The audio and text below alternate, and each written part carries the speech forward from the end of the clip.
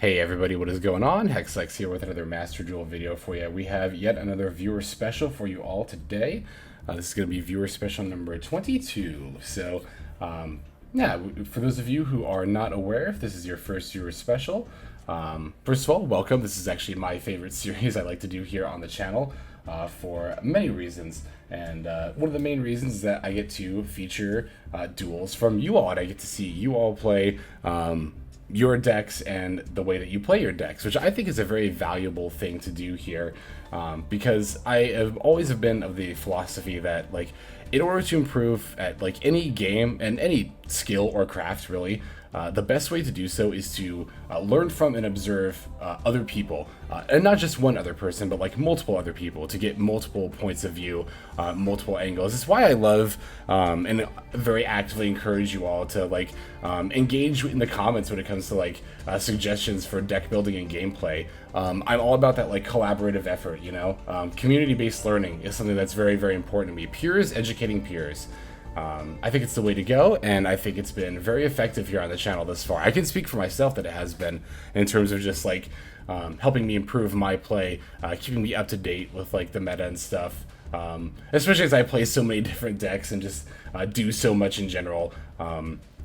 It's very nice to have you all kind of like yeah, just having my back as far as that goes. So yeah, I figure it's right, not only in terms of just, you know, in line with my philosophy as far as education goes, but also just in terms of just a show of appreciation, being able to feature again all of your duels, and just learn from you all directly. I think it's like actually quite literally the least I can do here. So if you're wondering how you could submit a replay to be featured here on the channel, it's quite simple. If you check the description of this video, you'll find a link to my Twitter. From there, on my profile, I have a pinned tweet where I like to gather the replays and the deck lists, if you would like to submit that as well, for the games that are featured here on the channel and the viewer specials. So I like it there because it's a nice, easy spot for me to curate all the responses and go through them there. But if you don't have a Twitter, that's all right too. Feel free to leave the information in the comments here as well, here on YouTube, of the comments of this video, and I will take a look there as well for them. As far as the information that I'm looking for, just looking for your 9-digit player ID as seen here. In addition to that, definitely if you want me to view a specific game, one, make sure that your replays are saved publicly. If they're not saved publicly, I'm not able to view them, so definitely make sure that you save them, not just save them in general, but also make them publicly viewable as well. Furthermore, if you'd like me to view a specific game, definitely make sure to include the date and time, maybe your opponent's name, just some specific information so I know which game to look for.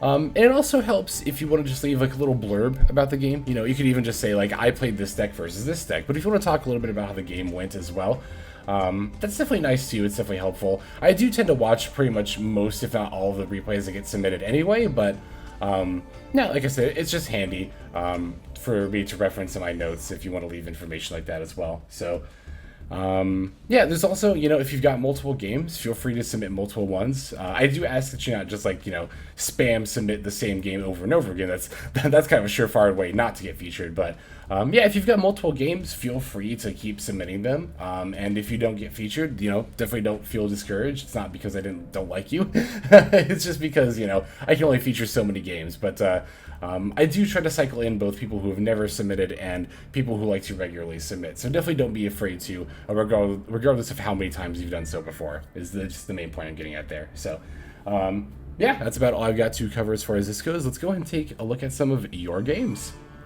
Alright, so our first replay comes to us from Grundlechum. I love your username. That's great. I love it. So you've submitted a game where you're playing Virtual World versus Marensis. I think I even talked about this or alluded to this game in the tier list prediction video that I did recently. Where yeah, I'm eager to see this game because I'm not too familiar with what the Virtual World deck is kind of all about right now. So yeah, I'm definitely curious to see what we're doing here, because I'm only familiar with the variant where we ended on VFD. So That's the only kind that I've really played. I only like briefly have touched upon the deck, so yeah, let's see. I mean, I'm not saying the deck doesn't have other plays, I'm just saying like I'm not familiar with them. This hand looks insane. This hand is like all gas, isn't it? With the yeah, the Chu-Chi and the King Long and like all these different virtual world monsters. So I think this will be a good showcasing of like what the deck is all capable of here. Alright, going for Beatrice. Oh yeah, Beatrice. This is one of the cards that I've been meaning to craft, not just in general, but was definitely meaning to craft like for this deck specifically. Because I know it can enable some pretty nutty stuff, although the opponent's got an Improm for it, which definitely is a bit of a bummer. But we don't have any shortage of virtual world cards to play here, so.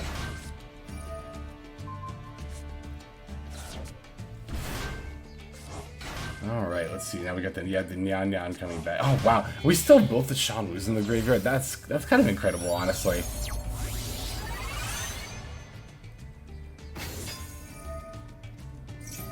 Also, I noticed the Beatrice in the extra monster zone. That's actually really smart, and I don't usually do that with Virtual World, but, you know, thinking about it, they don't play any links, so there's kind of like no reason not to, right? Oh, okay, so we're going to do Ultimate Zolkin shenanigans. That makes sense, you know. I know in the past the deck has done this, even when it did play VFD. Sometimes you played this engine as well, but it definitely makes sense that we would be leaning more into the Crystal Wing. The Crystal Wing is such an insane card. Oh wait, and then the Synchro. That's right, I keep forgetting there's a Synchro Muddy Mud Dragon too. Fusing for the Caliga.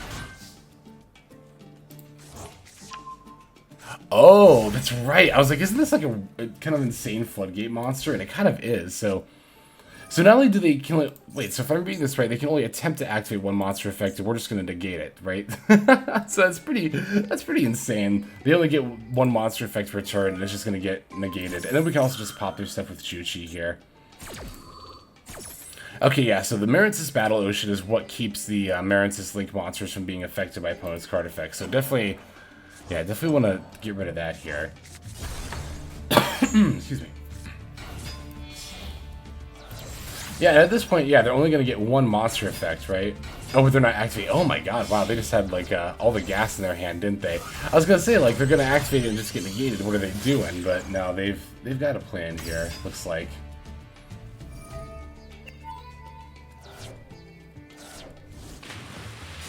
Okay, yeah, so getting rid of the Caliga will definitely free up their monster effects. Yeah, that's kind of like unlucky on our part that they had so much gas in hand to go into the, like, the Link 1 followed up by the Link 2, but, yeah, it doesn't seem like they're going to be able to do, like, too much here, despite that, because of the Crystal Wing. Yeah, like, they get the Battle Ocean back, but they have only one card in hand, or they have only one other card in hand, right? Well, of course, you know, if it's Marensis Dive, that might be enough to do it, huh?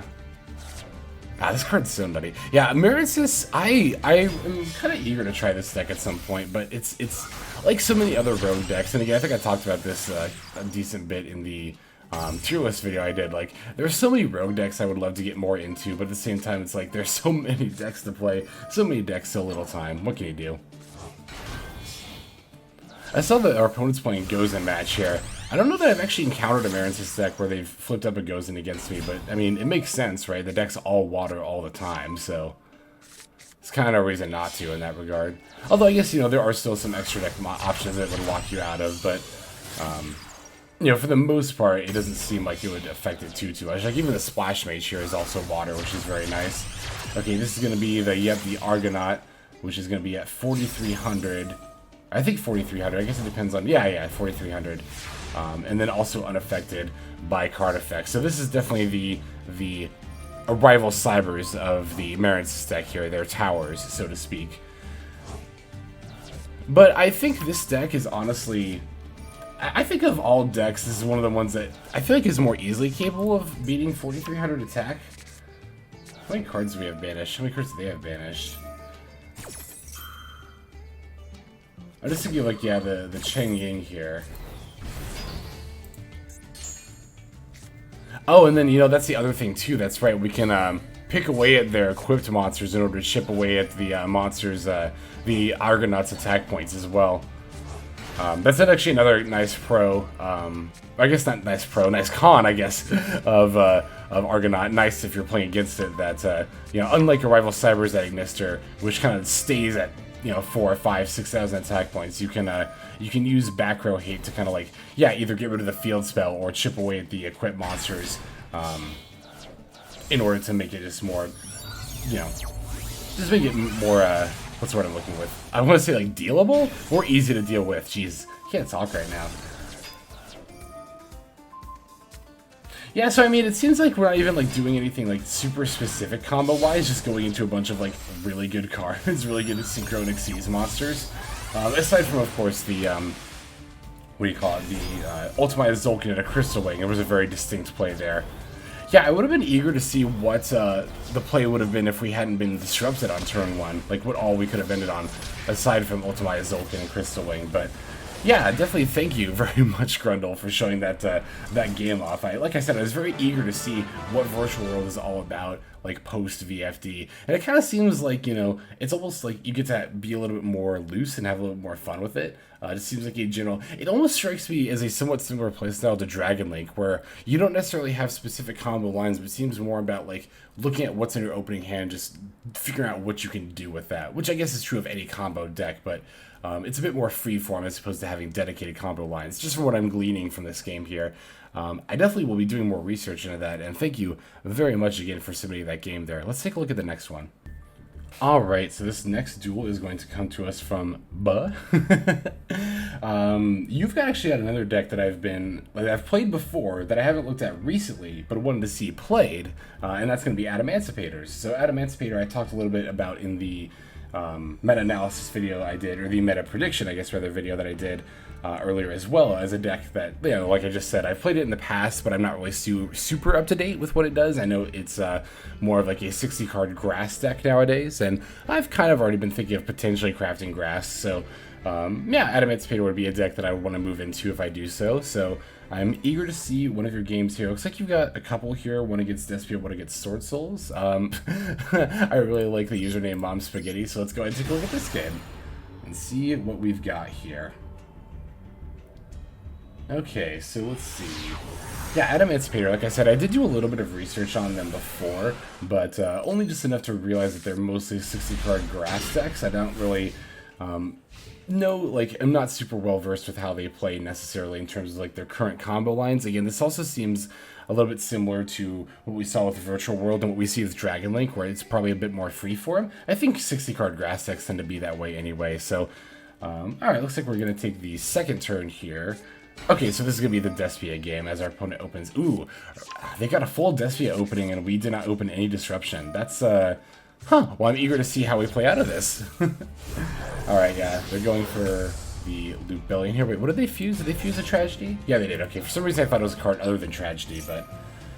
Yep, going for Loot Bellion. This is all fairly standard stuff. Did they... I was gonna say, yeah, they discarded Ad Libitum. That's weird, unless they have another copy in hand? Question mark? But, There's the Mirror Jade.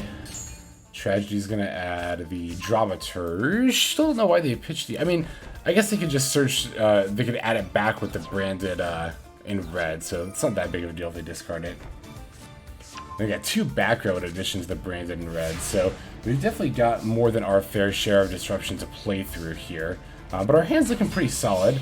You know, we've got the Roxy as well as the Researcher and the Seeker, so, and the Block Dragon too, and the Parallel Exceed, to be frank. Okay, yeah, I'm gonna respond with the Parallel Exceed. I'm trying to remember, is the... This is, yeah, it's any two level 4 monsters. I thought it was generic requirements. So that's gonna be a nice follow-up after our... They're probably gonna remove our Meow Meow Moo here, if I had to guess. Well, actually, you know what? Did they send... No, they only sent one from field, so they can only pop one of the monsters here.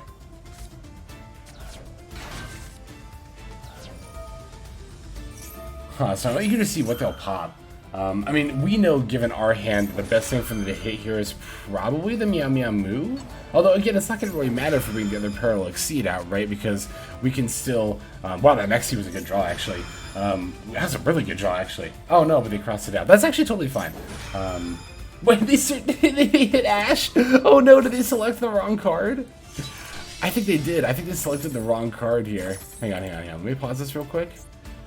They did select the wrong card. I'm always paranoid about doing this with Crossout Designator. I'm always constantly paranoid that I'm going to select the wrong card. I always double check, and then this is the exact reason why. So, ooh, that's a Royal Effect failure. That looks really nice. God, my brain's bouncing all over the place with this. Oh, that Grass Greener is a really nice draw, too. I think even if our opponent had successfully declared Maxi, yeah, we'd still be fine here, but drawing that grass especially is very, very, very nice.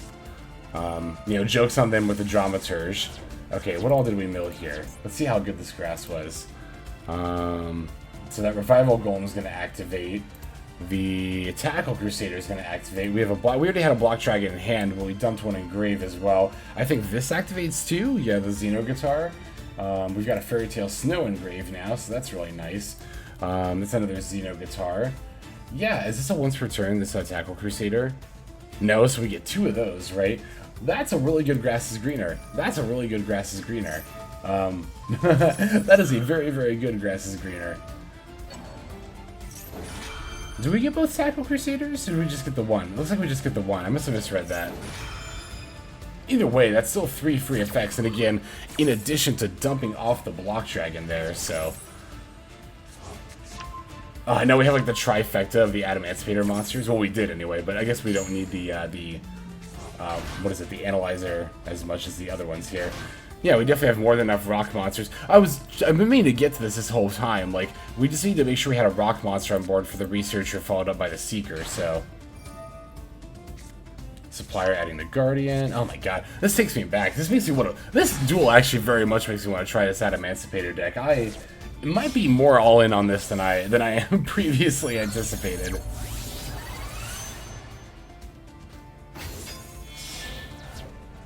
Alright, was that a... Oh, this is the Appaloosa, right? No, it's... Oh, wait, duh. No, we don't need Appaloosa because we're going second. We're just going to win this turn with the Nightmare Unicorn hitting the back row there. Do they have a polymerization? No, they have a super polymerization. Oh, no. I was about to ask if they had a polymerization engraved for the Guardian Chimera protection, but they've got a super poly. Are they going to fuse... Okay, I was going to say, I don't think they have anything to fuse with both of our monsters, but... Yeah, they can make a Masquerade here with our Nightmare Unicorn, which is rough. That is definitely rough, but... it definitely does not make this game unwinnable by any means. We're still at 8,000, so yeah, and we're at 8,000 and we're a decent ways into our combo, so I was going to say, I don't think the Masquerade is going to be like too intimidating here. Oh, and then yeah, we can just fuse to the Dragite and just bounce everything too, so... Or not fuse, I say fuse, I meant sync for the Dragite. The Small World is a nice additional tool to search for stuff as well. I've actually been looking at Small World decks, like, just the card Small World in general, just seeing, like, what all decks I could potentially try it in. This Adamancipator deck is definitely, like, ticking all these notes for me of things I've been looking to play lately, so I'm really glad, one, that you submitted this game, thank you again very much, and two, that we're taking a look at it here. Ah, so disgusting, just putting all the opponent's stuff back. Just disgusting in general how we were able to play through everything here. Yeah, at this point it's just about getting another 5,000 damage on board, which shouldn't be too difficult. Oh, we got the Bora load on top of it. Oh yeah, of course, Block Dragon makes getting additional damage very easy. So yeah, we'll just smack into the game right there. And that's going to be the end of Mom's Spaghetti. So thanks very much, Buh, for your submission. I greatly appreciate that. We've got time for one more game. Let's go ahead and jump into the next one. Alright, so this last duel is going to come to us from NAJN over on Twitter. Let's see, they have a game where they're playing Tri-Branded versus Sword Soul. So I'm always down to see some more Tri-Branded games. I am definitely very fond of that deck, Tri-Brigade in general. So yeah, I'm definitely very eager to see this one as well. I'm also just eager to see other like people's takes on Tri-Branded, just not in terms of like just of how it's built, but also how it's played as well. So, this is a very an interesting opening hand here. We got Valor, Ash, Albaz, and 2 Called By. Okay, so the Valor and the Ash should hopefully probably be enough to help us play through and stop our opponent's board here. Interesting that they started by setting a card here. I like the Ash against this Vessel here. It definitely seems like they need this Vessel to go off in order to like have a substantial amount of plays, just from like the way they've been playing so far. It's also like not very likely for them to like just drop a Moye and still have something to reveal in hand. It's interesting that they set that card right away. It means it's a card they definitely want face down. I think you might have mentioned that they used a blackout, so that's probably what that is there. And let's see, they had the emergence, looks like. Yeah, the emergence for the Taya. Gotcha. Okay, makes sense. So, yeah, we got the Veiler for the Taya there. So, you know, it's funny. Oh, the increase. I was like, I thought they were going. I don't know. For some reason, I thought they were going for like a rank 5 when I saw the level increase, and then immediately it gets sent away as a material there. But I've seen some people say, like, talk about playing Baguska in the extra deck of Sword Sultani, and this is definitely a scenario where Baguska could be very good. I've considered it over the third Monk. I think I've left a comment to this effect as well. I've considered playing the Baguska over the third Monk because I've been in more or less this same scenario where, you know, I've got like the Shathana, and I've got like a Moye or a Taya that gets negated, and it's like, well, or not just the Shathana, but like the Ashina into the Monk, and then the Moye / Taya that gets negated. It's like, then you have the option to, well, no, not if you use Ashina's effect, because then you're locked into Worms. You can't go into Baguska from there. Suffice it to say, it does happen occasionally. It's pretty rare there, so, but I don't think the opponent actually could have Baguska'd there, because they actually Ashina'd. So, yeah, it looks like they just have to go into Shaman and then Monk and then pass there. The Fallen of Alba is definitely very good. Yeah, I can send, like I was going to say, we can send it with the Shaman to go for the Mirror Jade. So, looks like it's not going to give us too much trouble there, our opponent's board. And the Brigand. Sending the Brigand is so nice because it just guarantees you like follow-up plays. Yeah, I like it a lot. Oh, and then that's right, the Mirror Jade is going to get destroyed. I forgot. I always forget about that part of Shathana's effect, that it not only brings the monster back, but then pops it. I was just about to say, like, they'll get the Monk back, but it's not that big of a deal. But then it is a bit of a deal when it pops our Mirror Jade. That said, our opponent's in top deck mode, so it doesn't always seem like, well, you know, when they top deck an Emergence, I guess that'll do it, huh? I was going to say, they're in top deck mode. They've got one back row, which we know is probably the Blackout. So I was going to say, unless they rip, like, a Sword Soul monster, they're not going to have too many options, but they did in fact rip the Emergence, so they ripped the best Sword Soul card in particular. This Ash Blossom is a really good draw, as they're about to go for the Chi Xiao here. Oh, but of course they're going to chain block with a Taya. Duh. I was thinking, you know, because, oh, they don't have Moye, so then we'll get the draw for the chain block, but of course, like I said, the Taya will get the chain block there as well. They do only have the one Chi Xiao, though, and I was going to say, with only one search, there's not a whole lot. I don't know why they searched Moye, actually. Let me see something real quick. There's one Emergence. Two, our opponent definitely should have searched Emergence there instead of Moye. Emergence would have left them open to potentially get a long yacht if needed. I think they would have been probably out of Tayas, because they've used 2 so far, but...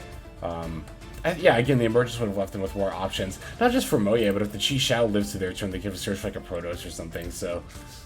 don't mind me, I'm just like nitpicking here, but yeah, between the Kit, Fractal, and Foolish, we've got a lot of options now. Yeah, Fractal for Kit for Nerval, Nerval for the Karos, it's a good add here. Called by hitting the Taya, that's interesting. I guess we know that their last card is Moye, so they're not going to have like a, what do you call it, a disruption in hand or something like that. Alright, so we were able to get the Albion set up here with the Kit, and the Kit baiting the Chi Xiao is very nice here too. Because yeah, we can wheel back the Mercurier for the Karos if needed. But we've also got the Tenki here if needed as well. So here's what you were talking about in your Twitter comment, where you talk about going into Almirage to play around Blackout. This was a very smart play. This was an extremely smart play. I honestly don't think I would have thought about this, to be totally honest. Like yeah, I know towards the beginning of this game I was all like, oh, that face down is obviously the Blackout, but that's because you had like talked about Blackout. Again, if it had just been me playing, I don't know that I necessarily would have caught that. So that was a very, very good play on your part. Yeah, and now we kind of have like unfettered access to just like wreck our opponent here. Going for the Ferrogy, for the Surge, for the the cat. Wait, have we not normal summoned yet? Okay, well, no, we did normal summon. I was gonna say, you searched the rescue kit there, and I was like, whoa, whoa, whoa. Are we actually just gonna, like, completely just, like, style all over our opponent here? But, no, not much styling needed, just enough to secure lethal with the access code plus Ferrogy here. So, that was an excellent game. Thank you very much for showing that, especially, again, that Almirage play that you talked about. That was very, very slick.